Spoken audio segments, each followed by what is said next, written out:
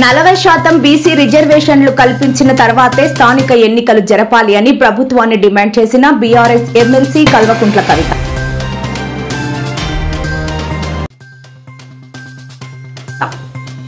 చంద్రయ్య మరణంపై తొలిసారి స్పందించిన CM Chandrababu YCP నేతలు తప్పుడు ప్రచారాలు చేస్తున్నారు అంటూ ఆగ్రహం. సుస్మితా పటేల్ రాజకీయ ఎంట్రీపై కోండా దంపతుల కీలక వ్యాఖ్యలు. నా కూతురు ఆలోచనను మేము కాదనలేమంటూ స్పష్టం.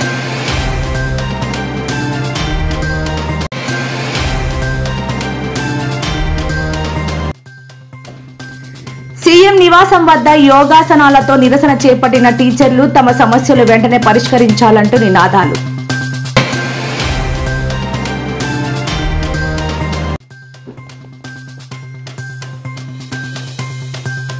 నేడు వేకువజామున పవిత్ర పుణ్యక్షేత్రం తిరుమల తిరుపతి దేవస్థానం సమీపంలో అగ్ని ప్రమాదం, భయాందోళనలో భక్తులు.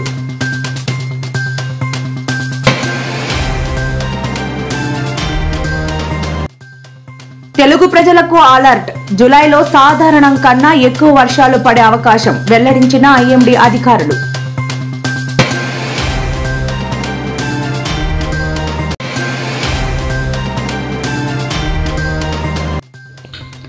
ఆంధ్రప్రదేశ్ రాష్ట్రంలో రెచ్చిపోతున్న మందుబాబులు. విజయవాడ నడి రోడ్డు మీద తీర్థం పుచ్చుకుంటూ హల్చల్.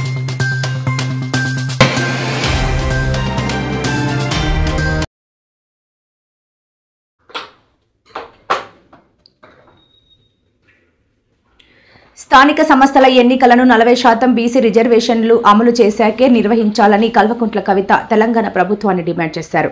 బీసీ రిజర్వేషన్ల హామీని నెరవేర్చకుండా ఎన్నికలకు వెళ్లవద్దని స్పష్టం చేశారు. ఈ రిజర్వేషన్ల సాధన కోసం కేంద్ర ప్రభుత్వంపై ఒత్తిడి పెంచేందుకు జూలై 17న రాష్ట్ర వ్యాప్తంగా రైల్ రోకో పిలుపునిచ్చినట్లు ఆమె వెల్లడించారు. కులగణన విషయంలో ప్రభుత్వం చెబుతున్న లెక్కలు నిజమైనవే అనే ధైర్యం ముఖ్యమంత్రి రేవంత్ రెడ్డికి ఉంటే గ్రామ పంచాయతీల వారీగా గణాంకాలు బయటపెట్టాలని ఛాలెంజ్ చేశారు. సంస్థల ఎన్నికలకు వెళ్తామని చెప్పి కాంగ్రెస్ పార్టీ చెప్తా ఉన్నది. వెళ్లే ముందు ఖచ్చితంగా 42% బీసీలకు రిజర్వేషన్ ఇచ్చిన తర్వాతనే స్థానిక సంస్థల ఎన్నికలు పెట్టాలని కూడా మేము డిమాండ్ చేస్తూ ఉన్నాం. మరి స్థానిక సంస్థల ఎన్నికల్లో బీసీ రిజర్వేషన్ ఇస్తామని ఎన్నికలప్పుడు మీరు మాట ఇచ్చిండ్రు. కామారెడ్డి డిక్లరేషన్లో చెప్పిండ్రు. మేమందరం ఒత్తిడి తెస్తే అసెంబ్లీలో బిల్లు పెట్టిండ్రు. కానీ బిల్లు పాస్ అవ్వగానే చేతులు దులుపుకొని అది అక్కడ ఢిల్లీకి పోయింది, మాకు సంబంధం లేదు, కాబట్టి ఇప్పుడు మేము ఎన్నికలు పెట్టుకుంటామని చెప్పి మాట్లాడుతూ ఉన్నారు. ప్రజలు మీ మోసాన్ని గమనిస్తూ ఉన్నారు. తెలంగాణ ప్రజలు రాజకీయ చైతన్యం ఉన్నటువంటి వాళ్ళు, చాలా చురుకైనటువంటి వాళ్ళు. కాంగ్రెస్ పార్టీ ఇప్పుడు మాకేం పని లేదు, కేవలం అక్కడ కేంద్రం నుంచి బిల్లు రావాలి అని చెప్పి దాటవేసే ప్రయత్నం చేస్తే ఊరుకోరు. ఖచ్చితంగా లోకల్ బాడీ ఎన్నికలు 42% బీసీ రిజర్వేషన్ అమలైన తర్వాత మాత్రమే చేయాలని డిమాండ్ చేస్తూ మేము 17వ తారీఖు నాడు, జూలై 17వ తారీఖు నాడు రైల్ రోకోకు కూడా పిలుపు ఇవ్వడం జరిగింది. మరి రైల్ రోకో ద్వారా ఖచ్చితంగా ఢిల్లీ మీద ఒత్తిడి పడుతుంది. మల్లికార్జున్ ఖర్గే గారు స్వయంగా రాజ్యసభలో ఉన్నారు. ఇంతవరకు ఒక్కసారి కూడా వారు రాజ్యసభలో బీసీలకు అనుకూలంగా మాట్లాడలేదు. రాహుల్ గాంధీ గారు లోక్సభలో ఉన్నారు, ప్రియాంక గాంధీ గారు లోక్సభలో ఉన్నారు. వారిద్దరు కూడా ఎప్పుడు బీసీల కోసం, తెలంగాణ బీసీల కోసం అనుకూలంగా మాట్లాడినటువంటి దాఖలాలు ఇంతవరకు కనబడలేదు. పెద్దలు సోనియా గాంధీ గారు కూడా చట్టసభల్లో ఉన్నారు, కానీ వారు కూడా ఇంతవరకు తెలంగాణ బీసీల కోసం మాట్లాడినట్టు అనిపించలేదు. ఇదే సోనియా గాంధీ గారు, ఇదే రాహుల్ గాంధీ గారు, ఇదే ప్రియాంక గాంధీ గారు, ఇదే మల్లికార్జున్ ఖర్గే గారు మన చేవెళ్ళకు వచ్చి ఎస్సీ ఎస్టీ డిక్లరేషన్ ఇచ్చిండ్రు. కామారెడ్డికి వచ్చి బీసీ డిక్లరేషన్ చేసిండ్రు. సిద్దిరామయ్య గారిని తీసుకొచ్చి అనేకమైన డిక్లరేషన్లు చేసి, సంతకాలు పెట్టి, వాగ్దానాలు చేసి ఇవాళ అధికారంలోకి వచ్చిండ్రు. బిల్లు పాస్ చేయడమే కాదు, మేము ప్రధానమంత్రి గారి దగ్గరికి ఒక అఖిలపక్షాన్ని కూడా తీసుకొని పోతామని గౌరవ ముఖ్యమంత్రి గారు బిల్లు పాస్ అవుతున్న సందర్భంలో చెప్పడం జరిగింది. ఎన్నికల్లో లబ్ధి పొందుదామని చూస్తున్నారు తప్పితే 42% బీసీలకు రిజర్వేషన్ ఇవ్వకుండా స్థానిక సంస్థలకు పోతామని మాత్రం చెప్తలేరు. సొంత నియోజకవర్గమైన కుప్పంలో మొట్టమొదటి డిజిటల్ సర్వే సెంటర్ను ప్రారంభించారు సీఎం చంద్రబాబు. మనం చేసిన పనులే శాశ్వతంగా ఉంటాయని చెప్పారు. ఈ మేరకు కుప్పంలో ఆయన మీడియాతో మాట్లాడుతూ చంద్రయ్య మరణంపై మాజీ ముఖ్యమంత్రి తీరును తీవ్రంగా తప్పుబట్టారు. చంద్రయ్య మరణంపై అవాస్తవాలతో ప్రజలను మభ్యపెట్టాలని చూస్తున్నారంటూ వైసీపీ నేతలపై ఆయన ఆగ్రహం వ్యక్తం చేశారు. కారు కింద పడిన వ్యక్తిని ఎవరైనా వెంటనే ఆసుపత్రికి తరలిస్తారని, వైసీపీ నేతలకు ఈ కనీస స్పృహ కూడా లేదని ఆయన మండిపడ్డారు. మానవత్వం లేకుండా బాధితుడిని కంప చెట్లలో పడేసి వెళ్లారని విమర్శించారు.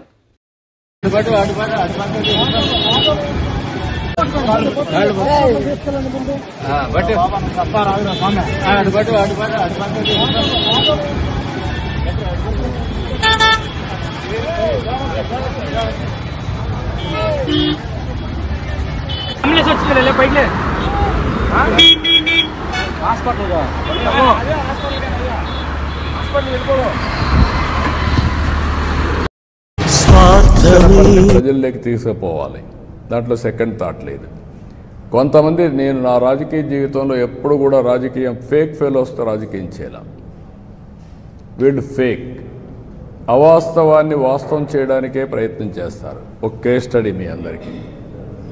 వివేకానంద రెడ్డి చంపి నేను చంపామని నా చేతిలో కత్తి పెట్టే పరిస్థితికి వచ్చారంటే కరుడుగట్టిన నేరస్తులు. అంతేకాకుండా అవినీతిలో కూడా మామూలు అవినీతి కాదు, ఆర్థిక ఉగ్రవాదులు చేయని అవినీతి చేసే పరిస్థితికి వచ్చారు.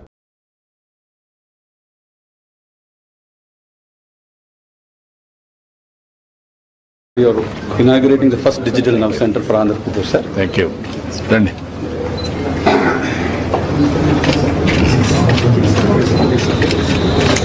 Thank you. Namaskaram. All our government employees trained on a digital model for the first digital nerve center, sir. Okay, offer letter. So the special letter for them for the new job role. They've been working in the health system. They're also going to use technology and other method to take care of the patient. So we're going to special letter after the training and certificates. Everybody is trained fully for 3 months. Me designation ఏంటమ్మా? నా పేరు Gangamani sir. నేను ఇంతకుముందు Paipalem పిఎస్లో సిహెచ్ఓగా work చేస్తున్నాను sir. నేను ఇక్కడ కోఆర్డినేటర్గా వచ్చున్నాను sir. ప్రతి village సెక్రటేరియట్కి ఒక బిఎస్సీ నర్సింగ్ గ్రాడ్యుయేట్ని మనం తీసుకున్నాం సార్, సిహెచ్ఓ అని, కమ్యూనిటీ హెల్త్ ఆఫీసర్ అని.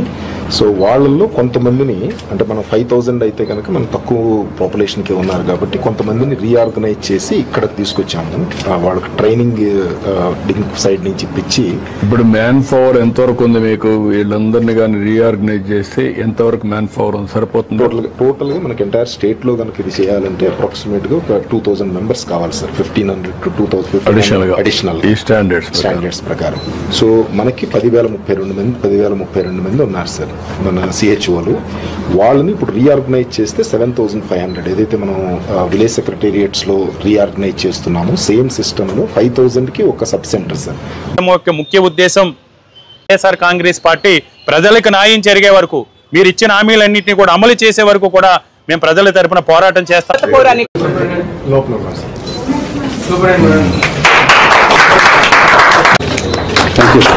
Today, major partners have joined with us.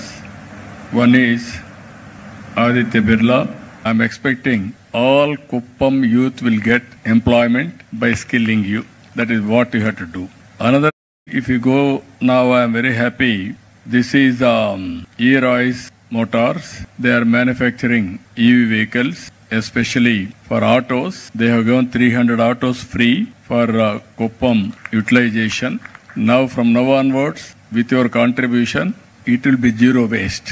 All villages, it will be clean and also beautiful. We are going to make it. We are integrating further.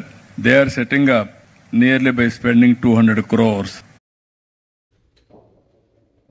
రాజధాని అమరావతిలోని కరకట్ట సమీపంలో ఉండవల్లిలోని CM Chandrababu నివాసం వద్ద ఇవాళ ఉదయం అనూహ్య పరిణామం చోటు చేసుకుంది. ఆయన నివాసం ముందు యోగా టీచర్లు ఆందోళనకు దిగారు. సీఎం చంద్రబాబు తనయుడు విద్యాశాఖ మంత్రి అయిన నారా లోకేష్ తక్షణమే తమ సమస్యలు పరిష్కరించాలంటూ నినాదాలు చేశారు. ఈ క్రమంలో యోగాసనాలతో తమ నిరసనలు తెలియజేశారు. తమను యోగా టీచర్లుగా శాశ్వతంగా నియమించాలని వీరు డిమాండ్ చేశారు. చంద్రబాబుకు యోగా టీచర్ల నుంచి నిరసన సెగ తగిలింది. విజయవాడలో కృష్ణానది ఒడ్డున ఉన్న కరకట్టపై చంద్రబాబు ఇంటి ముందు యోగా టీచర్లు నిరసనకు దిగారు. మంత్రి లోకేష్ తమ సమస్యలు పరిష్కరించాలంటూ యోగాసనాల ప్రదర్శన చేశారు. సీఎం ఇంటి దగ్గర నుంచి వెళ్లిపోవాలని వారికి వార్నింగ్ ఇచ్చారు పోలీసులు. అయితే యోగా టీచర్ల సమస్య వినకుండా వారిని అక్కడి నుంచి పంపించేస్తున్నారు. 1086 అంటే 1056 మంది యోగా టీచర్లకు న్యాయం చేయాలని కోరుతూ వినతి పత్రం రాసుకొచ్చారు. ప్రభుత్వ పాఠశాలలో పనిచేస్తున్న తమకు వేతనాలు చెల్లించాలని, తమను శాశ్వతంగా నియమించాలని డిమాండ్ చేశారు. తాము ముఖ్యమంత్రికి వినతి పత్రం ఇచ్చి వెళ్తామని యోగా టీచర్లు చెప్పినప్పటికీ పోలీసులు వినకుండా వారిని బలవంతంగా పంపించేస్తున్నారు. విజయవాడలో కృష్ణానది నడు ఒడ్డున ఉన్న కరకట్టోంది. ఏం చెప్తున్నారు పోలీసులు?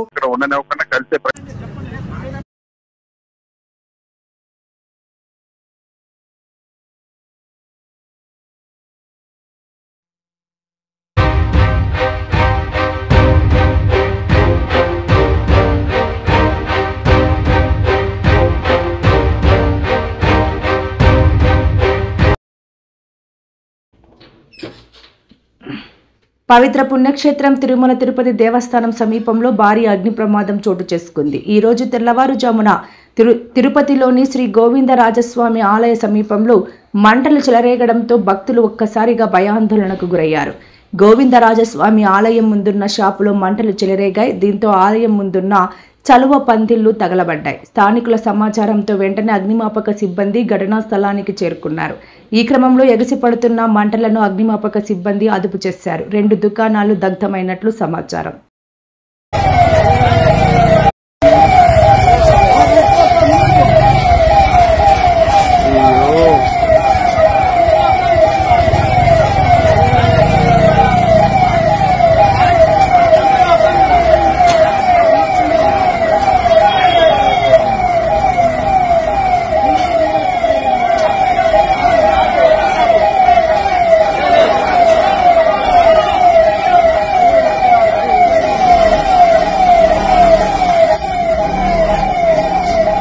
తిరుపతిలోని గోవిందరాజస్వామి ఆలయం సమీపంలో భారీ అగ్ని ప్రమాదం జరిగింది. ఆలయానికి దగ్గరన్న షాప్లో అర్ధరాత్రి మంటలు వచ్చాయి. సమాచారం అందుకున్న అగ్నిమాపక సిబ్బంది హుటాహుటిన ఫైర్ ఇంజన్తో తరలివచ్చి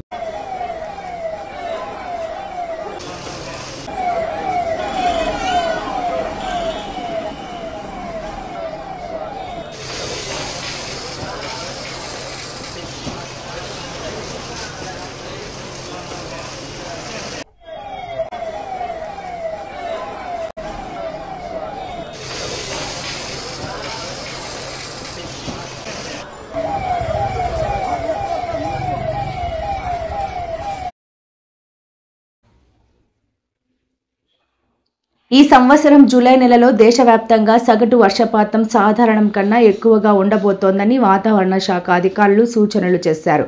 1971-2020 గణాంకాల ప్రకారం జూలై నెలలో సగటు వర్షపాతం 280.4 మిల్లీమీటర్లు కాగా ఈసారి అంతకన్నా ఎక్కువగా వర్షపాతం నమోదయ్యే అవకాశాలు ఉన్నాయని వాతావరణ శాఖ అధికారులు అంచనా వేశారు. వర్షాలు ఈ నెలలో అధికంగా కురిసే అవకాశం ఉన్న నేపథ్యంలో ప్రజలు అప్రమత్తంగా ఉండాలని ఐఎండీ తెలిపింది.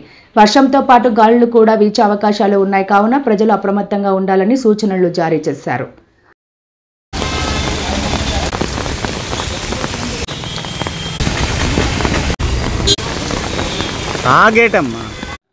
ఋతుపవన ద్రోణి ఈరోజు బికనీర్, బనస్థలి, శివపురి, సిద్ధి, చాయ్బాస, దిఘా మరియు తూర్పు మధ్య బంగాళాఖాతం వరకు విస్తరించి ఉన్నది.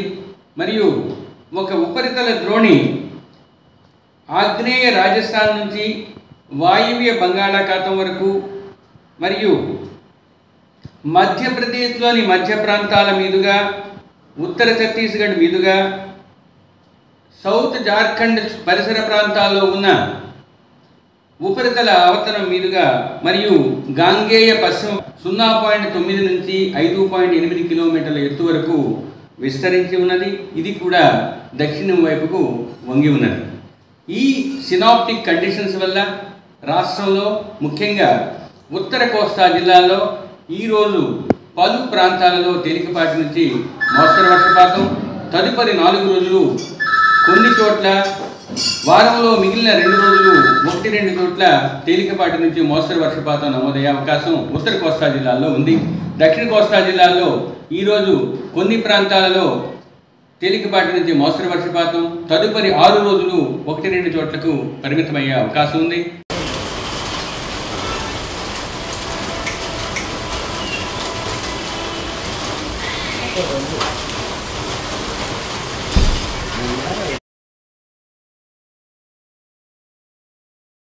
ఆంధ్రప్రదేశ్ రాష్ట్రంలో మందుబాబులు రెచ్చిపోతున్నారు. కూటమి ప్రభుత్వం వచ్చిన తర్వాత మంచి బ్రాండ్ దొరకడంతో విపరీతంగా తాగేస్తున్నారు మందుబాబులు. ఈ నేపథ్యంలోనే విపరీతంగా తాగిన మందుబాబుల రోడ్లపైన రకరకాల చేష్టలు చేస్తూ సోషల్ మీడియాలో వైరల్ అవుతున్నారు. ముఖ్యంగా విజయవాడ లాంటి పట్టణంలో ఇలాంటి సంఘటనలు ఎక్కువ అవుతున్నాయి. ఇటీవల బాగా తాగిన ఓ మందుబాబు స్కూటీ రోడ్డు పైన పడేసి అక్కడే పడుకున్నాడు. ఇద్దరు మందుబాబులు రోడ్డు డివైడర్ దగ్గర కూర్చొని మద్యం సేవించారు. తాగిన గ్లాస్ కూడా నడి రోడ్డు పైన పడేశారు. ఎదురుగా ఉన్న వైన్స్ లో మద్యం తీసుకువచ్చి అక్కడే తాగేశారు. ఈ సంఘటన ఇప్పుడు వైరల్ గా మారింది.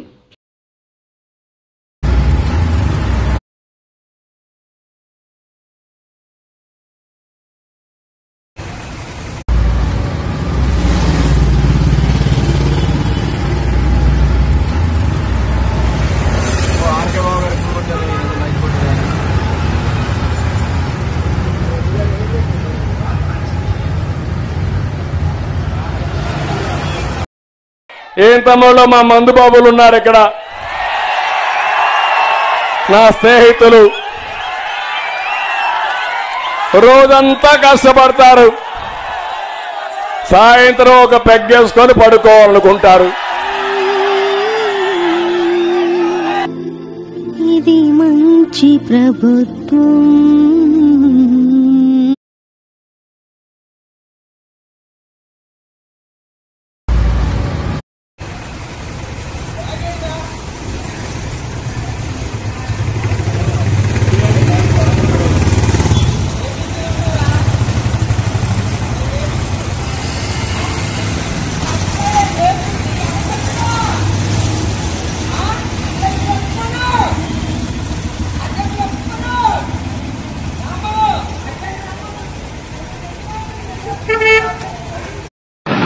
ఇది యాక్సిడెంట్ అనుకుంటే పొరపాటు.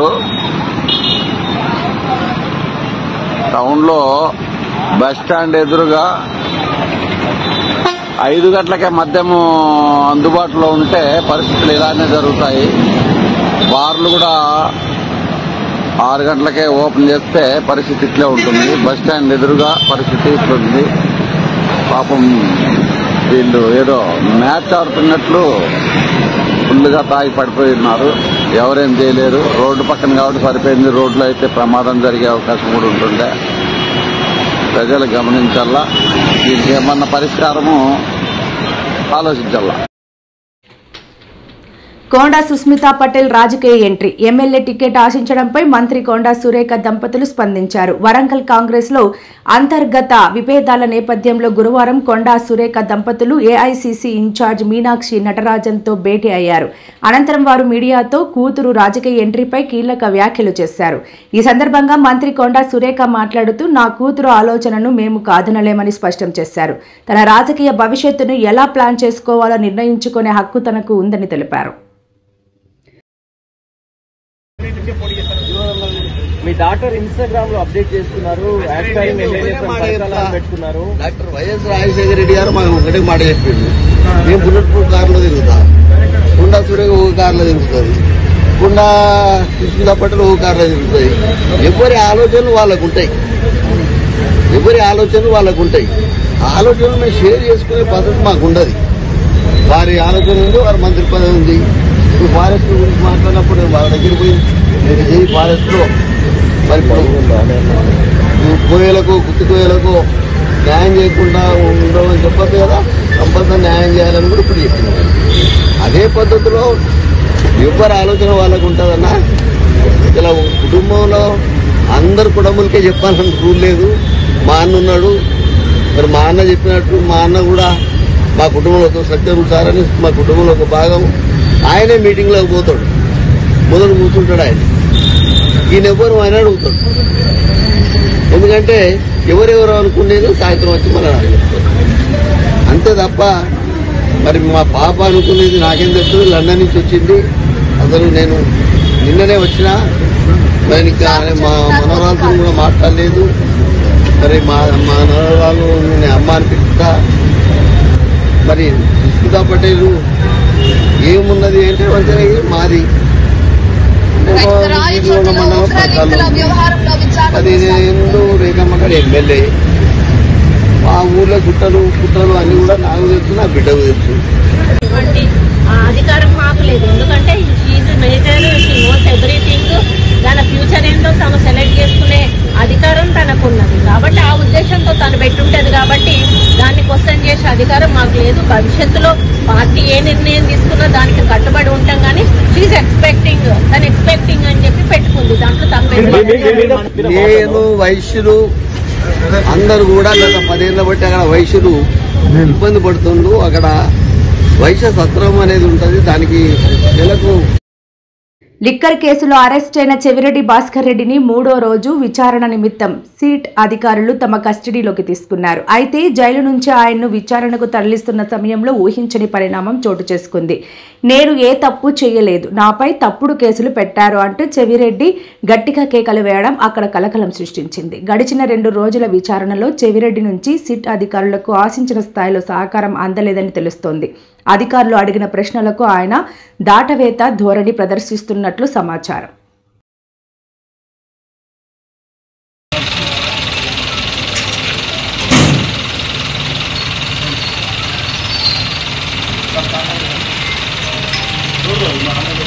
అప్పుడు కేసు పెట్టారు,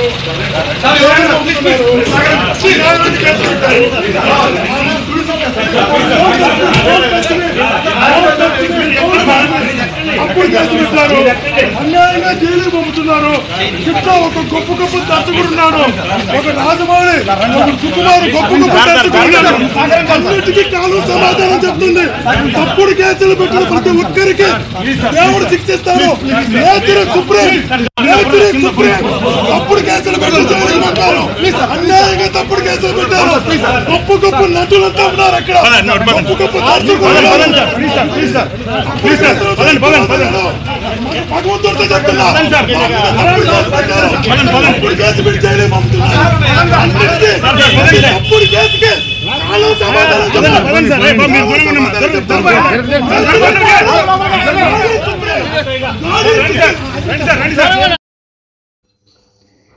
వైసీపీ మాజీ ఎమ్మెల్యే వల్లభనేని వంశీ బుధవారం మధ్యాహ్నం విజయవాడ సబ్ జైలు నుంచి విడుదలయ్యారు. నిన్న జైలు నుంచి విడుదలైన ఆయన ఈ రోజు నేరుగా కుటుంబ సభ్యులతో కలిసి తాడేపల్లిగూడెంలోని మాజీ సీఎం వైఎస్ జగన్ నివాసానికి వెళ్లి ఆయనను కలిశారు. వైసీపీ అధినేత జగన్ వంశీని పరామర్శించి ధైర్యం చెప్పారు. అలాగే అక్రమంగా అరెస్టు చేసిన వారిపై న్యాయ పోరాటం చేద్దామని, ప్రజలే వారికి బుద్ధి చెబుతారని జగన్ చెప్పినట్టు తెలుస్తోంది. అలాగే తనకు కష్టకాలంలో అండగా నిలిచినందుకు వైఎస్ జగన్ కు వల్లభనేని వంశీ దంపతులు ధన్యవాదాలు తెలిపారు.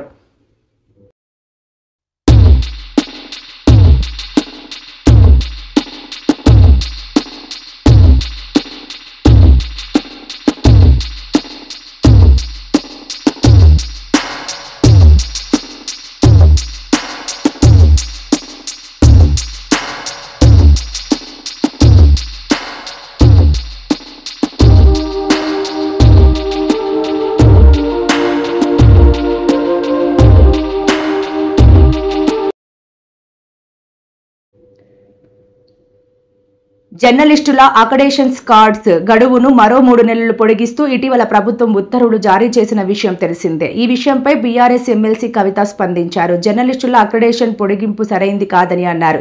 జర్నలిస్టులకు కొత్త అక్రెడిటేషన్లు ఇవ్వాలని సమాచార పౌర సంబంధాల శాఖ మంత్రి పొంగులేటి శ్రీనివాసరెడ్డికి లేఖ రాస్తానని స్పష్టం చేశారు. అలాగే రేపటి నిరుద్యోగుల చెల్లో సెక్రటరియేట్ కార్యక్రమానికి జాగృతి సంపూర్ణ మద్దతు ఇస్తోందని స్పష్టం చేశారు. అందరికీ నమస్కారం. వైరా మాజీ శాసనసభ్యులు గౌరవనీయులు మదన్ లాల్ గారు మరణం అనేటటువంటిది ఖమ్మం జిల్లా బీఆర్ఎస్ కరెక్ట్గా 2 నెలల ముందు నేను ప్రార్థిస్తూ ఉన్నాను. వైరా నియోజకవర్గం నుండి వచ్చినటువంటి ఈ సందర్భంగా మీకు తెలియజేస్తూ ధైర్యంగా ఉండవలసిందిగా కార్యకర్తలందరినీ కూడా నేను కోరుతా ఉన్నాను. అదేవిధంగా మీ అందరికీ తెలుసు, ఇవాళ ఎక్కడ చూసినా కూడా వానలు పడుతున్నాయి. రైస్ మిల్లర్లు ఇష్టారాజ్యంగా రైతులను వేధిస్తే ఈ ఖమ్మం జిల్లాలో 3 మంత్రులుండి ఒక్కరు కూడా రైతుల్ని కనీసం పలకరించిన పాపాన పోలేదు. బోనస్ ఇస్తామని చెప్పి సన్నవడ్లు వేయమని చెప్పి రైతులకు చెప్పి మరి బోనస్ అంతా కూడా బోగస్ చేసినటువంటి పరిస్థితి కాంగ్రెస్ పార్టీది గమనిస్తూ ఉన్నాం మనం. మరి ఇట్లా చెప్పుకుంటూ పోతే రైతుల పట్ల కేవలం కానీ బిల్లు పాస్ అవ్వగానే చేతులు దులుపుకొని అది అక్కడ ఢిల్లీకి పోయింది, మాకు సంబంధం రైల్ రోకోకు కూడా పిలిపివ్వడం జరిగింది. మరి రైల్ రోకో ద్వారా ఖచ్చితంగా ఢిల్లీ మీద ఒత్తిడి పడుతుంది. నిన్న మొన్ననే సుప్రీంకోర్టు నుంచి ఒక తీర్పు కూడా వచ్చింది. ఏదన్నా బిల్లు రాష్ట్రాల నుంచి బీసీ బిల్లును పాస్ చేయడం కూడా గమనించాలి. ఖమ్మం జిల్లా ప్రజల్ని నేను రిక్వెస్ట్ చేస్తున్నా. మరీ ముఖ్యంగా వైరా నియోజకవర్గంలో ఉన్నటువంటి గులాబీ సైనికులు చెప్తా ఉన్నారు, మాట్లాడితే కేసులు పెడుతున్నారు, ఫేస్బుక్ పోస్ట్ పెడితే కేసులు పెడుతున్నారని చెప్తున్నారు. ఇక్కడ ఉండేటటువంటి 3 మంత్రుల్ని కూడా నేను రిక్వెస్ట్ చేస్తూ ఉన్నా, మీరు ప్రజలకు ఇచ్చినటువంటి హామీలు నెరవేర్చండి, మీరు విద్యార్థులకు ఇచ్చినటువంటి హామీలు నెరవేర్చండి. మహిళలకు 2500 రూపాయలు ఇస్తామన్నారు, ఆ హామీ నెరవేరే స్థితిలో మీరు ఇక్కడ ఉన్నారు. వాటిని సీరియస్గా టేకప్ చేయండి. బంకచెర్ల నుంచి గోదావరి నీళ్లు తీసుకొని పోతే తరతరాల మన తెలంగాణ ప్రజలు ఇబ్బంది పడేటటువంటి ఆస్కారం ఉంటుంది. వాటి మీద దృష్టి పెట్టండి. అవన్నీ పక్కకు పెట్టి బీఆర్ఎస్ పార్టీ నాయకులు మాట్లాడుతున్నారు, వాళ్ళ మీద కేసు పెడతాం, జాగృతి నాయకులు మాట్లాడుతున్నారు, వాళ్ళ మీద కేసు పెడతాం అంటే ఎవరు చూస్తూ ఊరుకోరు. ప్రజలు తిరగబడే రోజు వస్తుంది. ఖమ్మం జిల్లా ప్రజలు మిమ్మల్ని నమ్మి ఓటేసిండ్రు, మీకు 3 మంత్రి పదవులు వచ్చినాయి. ఇప్పటికన్నా కనీసం మంచి చేయండి అని చెప్పి కాంగ్రెస్ ప్రభుత్వాన్ని కోరుతా ఉన్నాను. Thank you. జై తెలంగాణ, జై కేసీఆర్.